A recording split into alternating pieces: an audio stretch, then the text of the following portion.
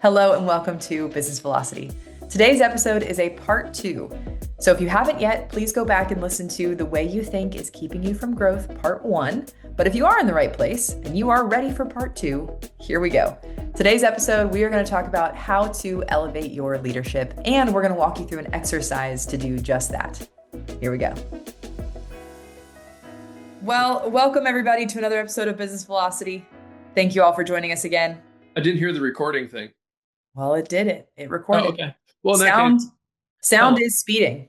sound is speeding. All right. Sound is speeding. How are you doing? Hey, I'm pretty well. I heard you were horseback riding. I was horseback riding, and then I wasn't, and I was on the ground.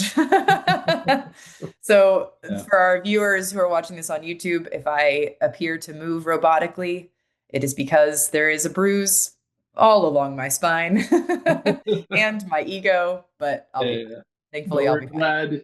We're glad you're okay. Thanks. So fun fact about the Evolve team.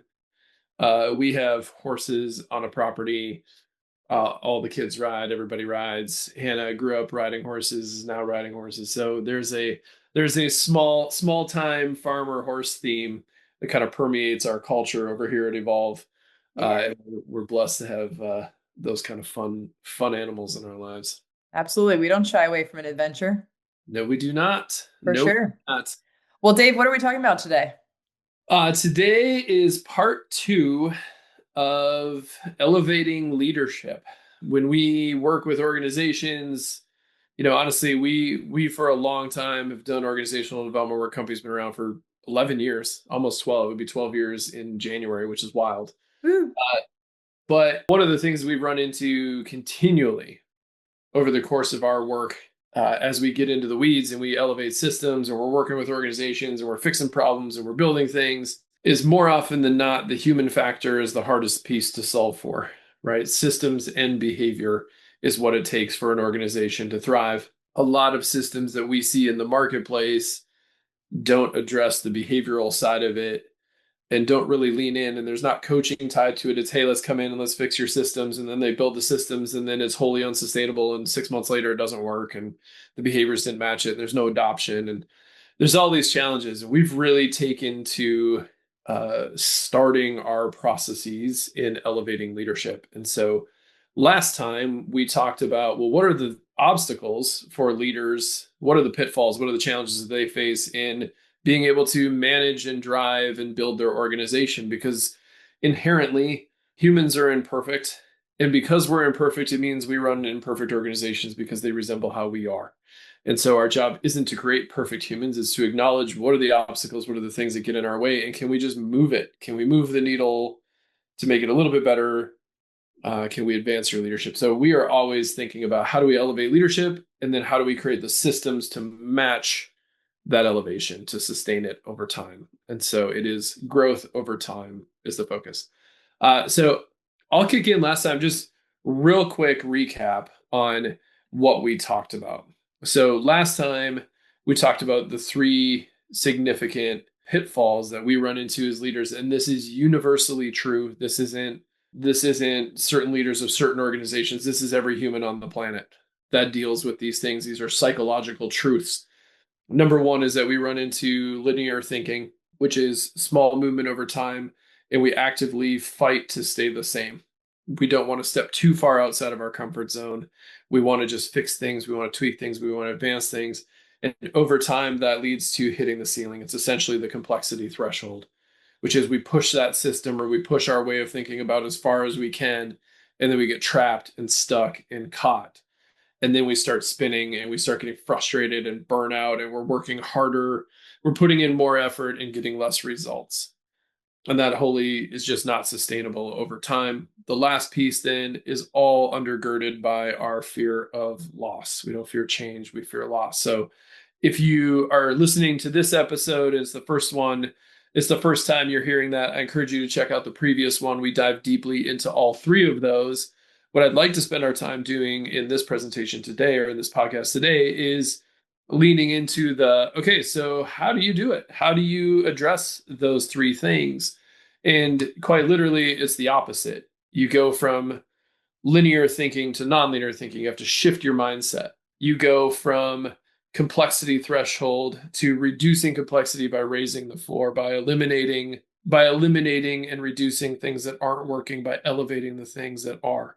And lastly, to move through that fear of loss, it's about planning the work and working the plan. It's about putting small steps in space to show you that you're not going to die if you change a different direction, or you're not going to have a terrible tragedy or terrible accident if you start moving towards better. But you have to convince yourself and adopt and push and challenge to be able to do that. So today, that's what we're going to talk about. Hannah, anything I'm missing? No, I love what you said about like making sure that everything is doing the work. How did you phrase it? Doing the work and working the, or oh, planning the work and working the plan. Plan the work, work the plan. Yes, I love planning the work and working the plan.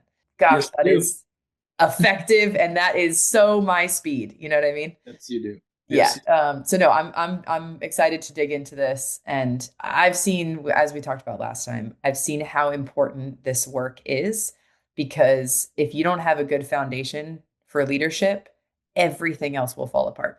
I mean, honestly, I would say one of the things you and I have talked about quite a bit in our joint work here is we'll say things like, man, they just don't see it, like they just can't see it, or we'll say, what is it going to take to get them to buy in, or like we hear limiting beliefs, we hear this self-doubt, like we hear this fear of losing comfort or stepping into something that maybe is a call for them that feels too big or too challenging. And we don't say that crassly, we say it with empathy, right? Because the truth is, like, we do the same thing because we're humans and that's normal. We struggle with the same stuff in our own business.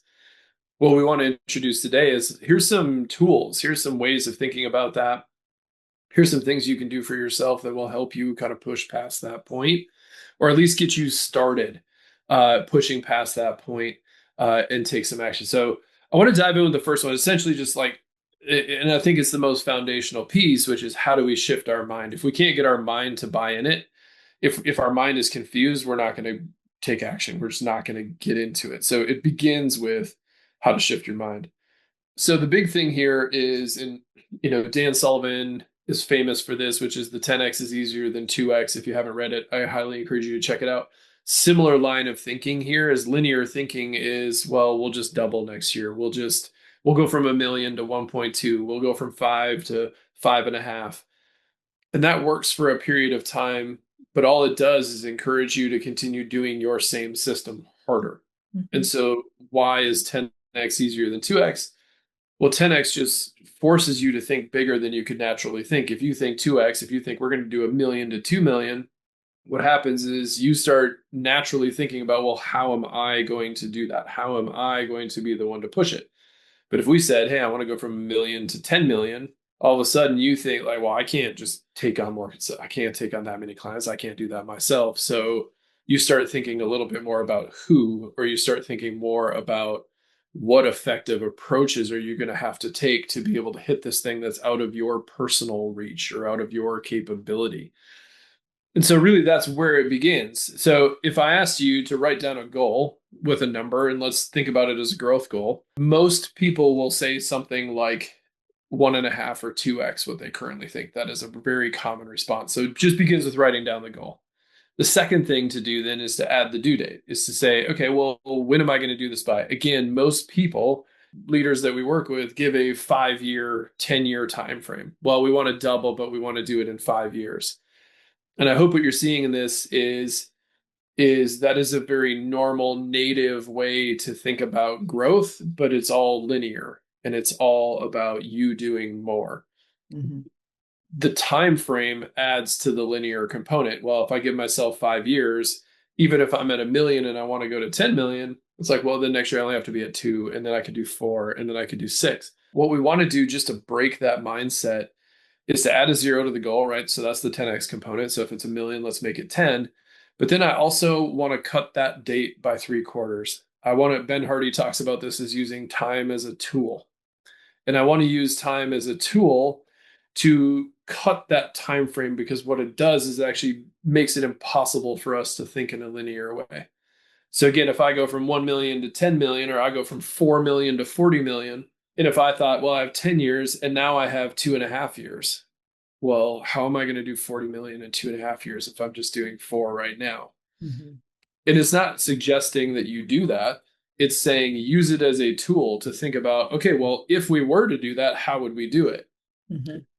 And what it does is it gets you thinking, well, we would have to stop doing this thing because we're just kind of dragging this along. We'd have to really ramp up this component. I'd have to get out of this and I'd have to start focusing on this. Like, I'd have to be strategic only. I'd have to get out of implementation. We'd have to cut this program because this program truthfully doesn't have the margins, doesn't have the opportunity. It's actually a distraction from our core offering that really is working.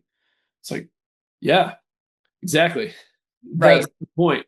So it helps you. It's just a way to open your brain to identify those decisions that you're not making. Absolutely. And I'll say, listeners, for those of you who are listening to this Spotify, Apple podcast, we'll reiterate what this exercise is, just for your ears, but then also for your eyes. If you want to hop over into YouTube, we also are going to present this on the screen. And we will make this exercise, this workbook for this exercise available in the show notes if you want to download it as well. So if you want to do this exercise with your team or on your own and you want to have, the prompts in front of you, we will make that available to be downloaded in the show notes. Before we go on, just to reiterate, write down a goal with a number, add a due date, add a zero, and then cut the due date by 3/4. That's what we've done so far. If you are following along and actively doing the exercise, and then, yeah, if you want to join us on YouTube, you can see the rest of the prompts as well on there. Yeah, appreciate you calling that out. We really do want you to practice this. It is a practice, and again, it's a way to open your brain. And what the question I would ask you after doing that exercise is, what's different about the way you're thinking about growth? Mm-hmm. What shifted? Mm-hmm.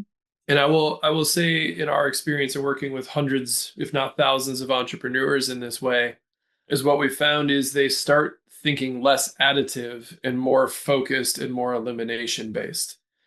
And that is such a powerful transition. It's difficult. I was having a conversation with a CEO just a week ago, and they had done a geographical, it's an engineering firm, and they'd done a geographical expansion into a state. And it's just been such a pain. It's not working very well. They're spending all this time, energy, and effort trying to lift it up. And they're spending a lot of resources on it. When truthfully, we engaged in this exercise. I said, okay, well, if you want to double revenue, what are some of the difficult decisions that you'd have to make? And I mentioned, well, maybe you just cut that. It's a sunk cost. It's a loss. You're spending all it. And it's like, yeah, actually, that's probably the best thing we could do. But when you're focused on something, when you're putting effort and you've spent time, energy, and effort in something, it's really difficult to cut it. So getting that goal forward, getting that goal to push your brain outside of the immediate and into the long term, but also bigger than you think you can handle, it forces you to identify, actually, you know what, that's probably the best strategic decision we can make. But if I'm thinking about right now and I'm thinking narrow, I can't make that decision because I'm invested in it, because it's personal, because it means something to me. So what's different about the way you're thinking about growth? Now is where we move into the raise the floor component. What we like to say here is, as a leader of the organization, again, we're talking about elevating leadership. As the leader of the organization, our floor, what we tolerate strategically, what we tolerate emotionally, what we tolerate from a cultural perspective, becomes everybody else's ceiling. So if we say, hey, we're just going to, make small movements here, we're going to do linear growth, we're going to, allow this failing thing, we're just going to spend a lot of effort in it, we're basically telling our team that that's what we're about. So then our team starts to buy into it, and our team starts to get motivated in those ways, and they start to see the same patterns. If we want our team to be high performers and highly elevated, we have to do two things when it comes to raising the floor. Number one, we have to be okay with eliminating things. We have to be okay with cutting things, even if people care about it. And number two, we have to be really good about delegating the future outcome and not tasks. We have to be good about saying, this is the outcome of the future. This is the vision. This is what we're seeing. Okay, go do it. So that's from the personal, elevating the leadership side of it. On the systems side, so both Hannah and I do a lot of systems development. This is kind of where we came from. And there's two quotes we use regularly. One is, the system is perfectly designed to produce the results that it's producing. So when you think about, well, if we're not actually doing rapid growth, the system is designed to do that. That is how it is built. So if you are not getting leads and you want leads, your system is perfectly designed to get the leads that you're getting. If you want to close more deals, but you're not, your system is perfectly designed to do that. If you're late on projects, if your team has infighting, your system is designed to do that. And the reason that quote, it's clearly like a, well, yeah, of course, kind of a quote, but it forces you to think about, well, what are the elements of the system that are not allowing us to do what we need to do? And this is a general sign of it's gotten too complex, it's gotten too convoluted, it is not focused enough, it is not targeted on the things that it needs to be targeted on. So to pull that initial component back in is to be able to say we need to be able to eliminate, we need to be able to cut, we need to be able to focus on the things that need to be able to focus. That's how we elevate our systems. And as James Clear says, we don't rise to the level of our goals, we fall to the level of our systems. So even if in that first linear exercise, linear thinking exercise, you have a big goal, you have a 40 million goal, a 10 million goal, whatever that goal is, if you don't fix the system, you won't get it. It's not going to happen. Just because you set it doesn't mean you get it. So you have to then think about, well, what are the components of the system? If you do not change the system, you will not hit the goal. Our 5 facet system is all about helping you identify what are the components of your system that you either need to eliminate, advance, modify, or grow in order to be able to hit those targets. So we start with the linear thinking component and then we back it up with the system piece, and those two really help businesses elevate. Yeah, this is making me think about one of our clients right now. We're helping them analyze, what's working and what's not. And one of the big things that needs help is their onboarding process. They can't do their onboarding process the same way anymore. It will not scale and it is not working currently. And so that's a very linear event, right, in a client's life. But we have to break that linear thinking in order to make it successful. We have to come up with other ways to approach this, what could be very linear process in order to help the team succeed. Utilizing other tools, creating phases, things like this. And honestly, just as you're talking, my brain is still stewing in that. I'm stuck on a current problem and how this could help with it. The question is really, what are the elements you would identify that you can change when you start thinking about the Right. system?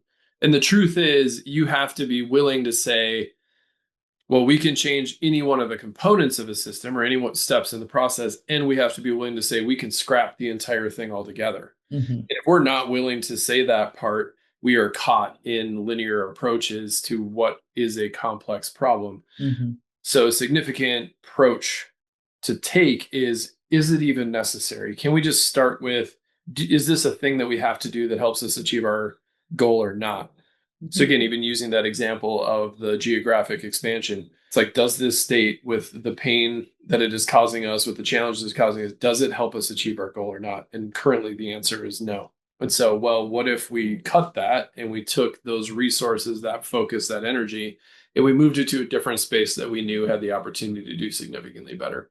Does that allow you to grab your goal? More likely than not, yes. Okay, well then what's keeping us from making that decision? Now we get into part number 3, which is the fear of loss, right? Well, we've invested time, we've invested energy, we've pushed into this. So it's the sunk cost component, right? Like we've sunk energy, time, resources into this. And now you have to face that decision of, well, do we keep going in this direction? Do we keep sinking finances into it? Or do we give this as a gift to our future selves? Yeah. We know what not to do, or we know we now have information we didn't have before. So a sunk cost is only sunk in the sense that if we cut it and we don't learn from it and we don't advance it, now it's a sunk cost. But the truth is, it's a gift to your future self if you cut that, to be able to say, well, we know how we would approach something differently so we can do the next one better. Yeah. So how do you get through this fear of loss? Because truthfully, it's the hardest one. And I want to back up a little bit. We talk about the fear of loss. One thing that happens when you give yourself a call forward is it is normal for our, if we create our goal from 4 million to 40 million, or 10 to 10 to 100 million, or whatever the number is, that feels like a call forward. And the normal human response is to one, get excited, to be like, oh my gosh, that would be amazing. We should totally do that. And the second normal response is resistance and fear. Mm-hmm. And oh my gosh, I Mm-hmm. can't do that. There's no way I don't want to do that. Like that's terrifying. Mm-hmm. That is entirely normal. The successful entrepreneurs, the successful business builders recognize that as a normal step in the process and push through it anyways.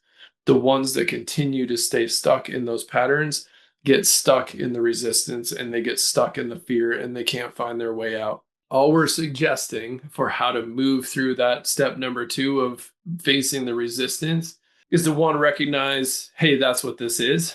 This is me resisting the loss that I'm going to feel for comfort, for a sense of safety potentially, or certainty. To give that a name, and then also to recognize, and what are the ways in which I sabotage growth moving forward? Where am I going to get afraid? Where am I going to run into challenges? Where am I going to feel nervous? If it's, well, I'm going to invest in a marketing company, or I'm going to invest in this role, or I'm going to invest in this in order to achieve that goal.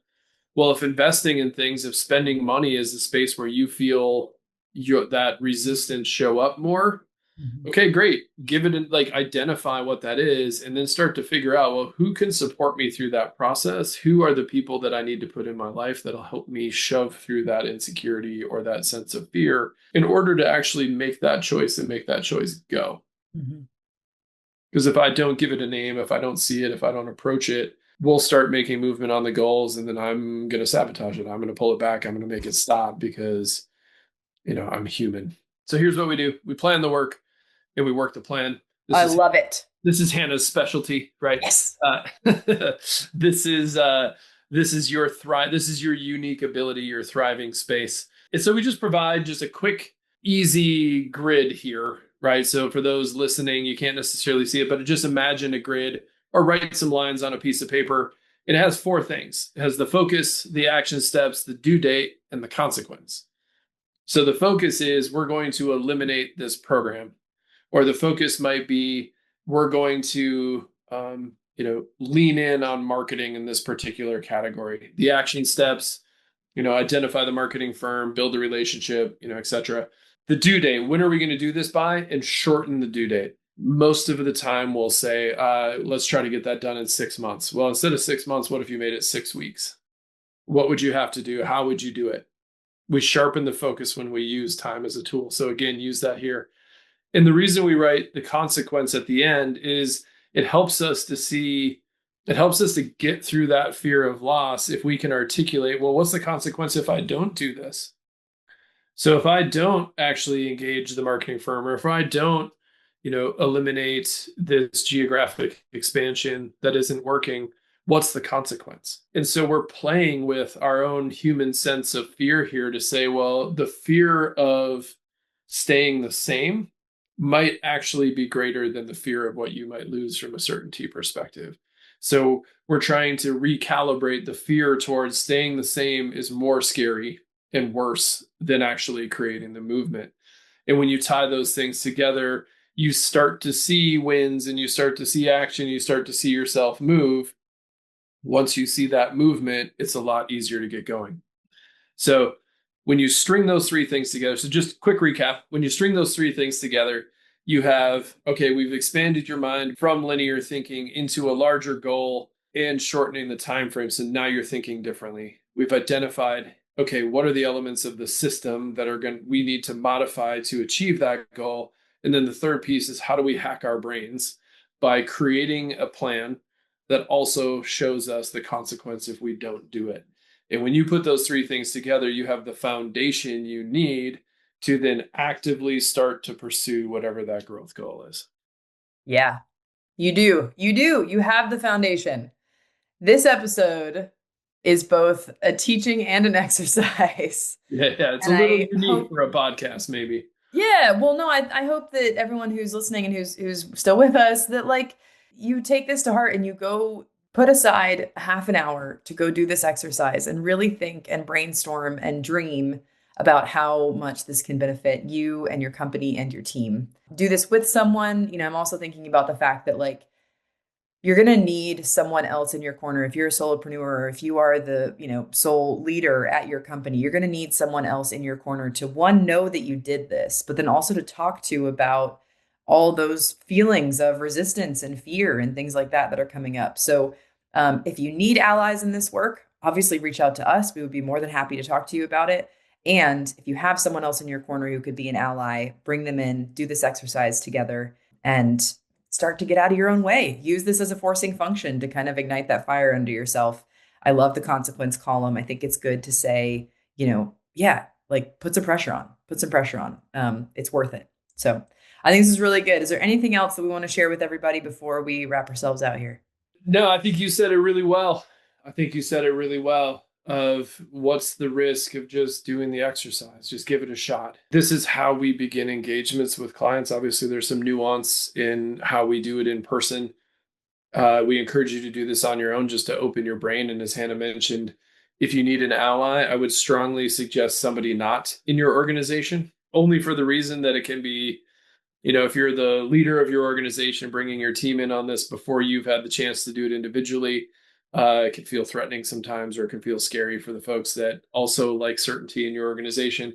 So I encourage you to do it when you're looking for an ally. Look for an outsider. It could be a friend, it could be, a trusted colleague, collaborator, whatever it might be. But encourage you to dive in, give it a shot, see what you learn about yourself as you get on the process, and really truly examine, okay, what can we do if I get myself out of the way? What can we do from a leadership perspective if we elevate? And once you elevate that leadership, the possibilities for your business become significantly bigger and better. Excellent point. For sure. All right. Well, thank you all for tuning into another episode of Business Velocity, and we'll see you next time. Thanks all. Thank you for joining us on Business Velocity. Today's insights are just the beginning of enhancing your business's momentum. Don't forget to subscribe on Spotify, Apple Podcasts, or wherever you listen to podcasts. You can also explore our framework at theevolveddifference.com. And remember, the time is now to take these strategies and apply your learning and achieve velocity. See you next time.